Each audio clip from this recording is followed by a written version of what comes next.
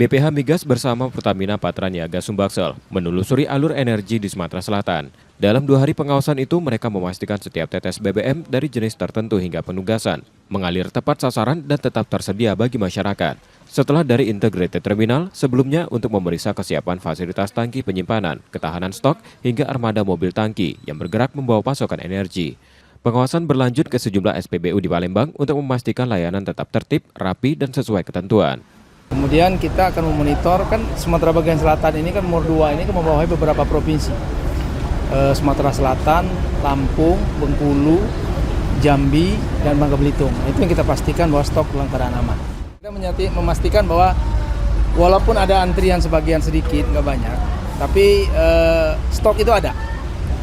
Jadi jangan istilah itu panik buying atau mereka panik nanti membeli dalam jumlah besar, tapi yang jelas kami memastikan bahwa stok ada di SPBU dalam menghadapi Natal.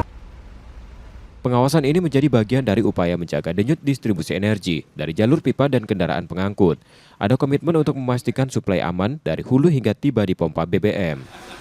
Pemesanan kami sudah berhitung terkait kembali lagi untuk Pertalite dan Biosolar itu kan ada alokasi yang diberikan oleh pemerintah. Kami sudah memperhitungkan agar alokasi tersebut dapat pas habis sampai dengan akhir tahun. Jadi kami sudah memperhitungkan untuk Pertalite sendiri akan ada kelonjakan permintaan. Jadi untuk pemesanan untuk Pertalite itu menyesuaikan dengan kondisi traffic di beberapa SPBU. Kemudian yang kami memastikan kembali bahwa kondisi stok untuk Pertamax produk penggantinya selalu tersedia. Seperti itu, Pak. Korporasi terus menjaga rantai distribusi tetap andal, mulai dari terminal, perjalanan mobil tangki, hingga pelayanan di SPBU. Susah nunggu nih lah.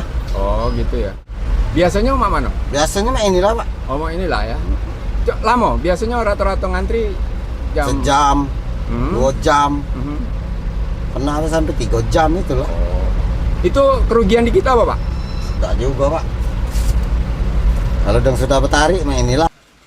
Stok dijaga, koordinasi diperkuat, dan kualitas layanan ditingkatkan agar masyarakat di seluruh Sumbaksel merasakan pelayanan energi yang stabil dan optimal. Tim Liputan, Kompas TV, Palembang, Sumatera Selatan.